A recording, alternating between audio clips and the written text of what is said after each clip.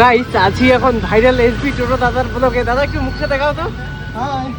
এখন সামনে গাড়ি চালাও তো ফাইনালি বল কিছু বল, তুই ভিডিও দেখিস না দাদা? হ্যাঁ ভালো লাগে, খুব ভালো লাগে, এর জন্য বলি যে দাদা বানাও ভিডিওটা। তো হঠাৎ করে দাদা আমার সামনে আসলো আর আমরা বাইক নিয়ে আসি, তবু দাদার সাথে একটু গল্প আড্ডা করতে করতে ঘুরতে যাচ্ছি। আসলে কথাটা হয়েছে, আমি একটু আগে ওদের কথা মনে করছিলাম, আমি জানি না যে ওরা এখানে থাকবে। তো যাই হোক, হয় না মনের টান থাকলে সব কিছু সম্ভব। তো দেখি ওরা ওখানে দাঁড়িয়ে ছিল, তো বললাম চল যাই একটু চা খাই আসি। তো দাদার সাথে এখন যাচ্ছি চা খেতে, তো দেখা যায় পরে দেখাচ্ছি তোমাদের। এখানে টোটো রাখছে আর আমরা আছি এখন চায়ের দোকানের সামনে। তো দেখি কি হয়, চা খাবো।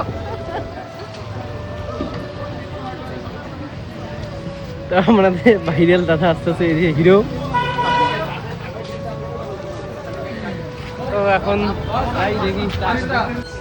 তো এইখানে দাদার সাথে দেখা হয়ে গেল। তো আমাদের চা খাওয়া কমপ্লিট, এখন চা খাওয়া তোমাদেরকে দেখাইতে পারলাম না, এই যে দাদার সামনে। বাইরে বাইরে বাইরে প্রচণ্ড বৃষ্টি, তার মধ্যে আমরা মানে আমি অ্যাকচুয়ালি চা পছন্দও করি না বা খাই না, ঠিক আছে, আবার সময় পেলে আবার ছাড়িও না।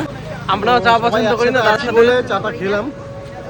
আমিও পছন্দ করি না। পছন্দ করো না চা? আমার একদমই পছন্দ না। তোমার জন্য খাইলাম চা। তাই যাই হোক, ভালো লাগলো। এই বৃষ্টির মধ্যে চা খাওয়ার মজাটাই আলাদা। তো এইখানেই খাই ট্রান্সপোর্ট, আমরা যে জায়গাটা আছে এখন ট্রান্সপোর্ট, এই যে ট্রান্সপোর্টটা সামনে এখানে।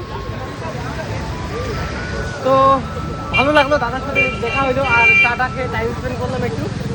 তো দাদাকে কে কে চিনো কমেন্ট করে দিও। সবাই তো হচ্ছে দাদাকে কম বেশি চিনোই, আমার থেকে বেশি দাদা ভাইরাল।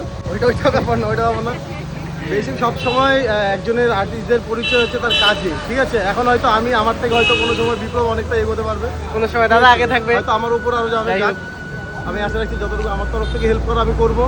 আর বিপ্লব টোটালটাই বিপ্লবের ওপর, কারণ বিপ্লবের কাজের ওপর টোটালটাই নির্ভর করে ও কতটা এগোতে পারবে।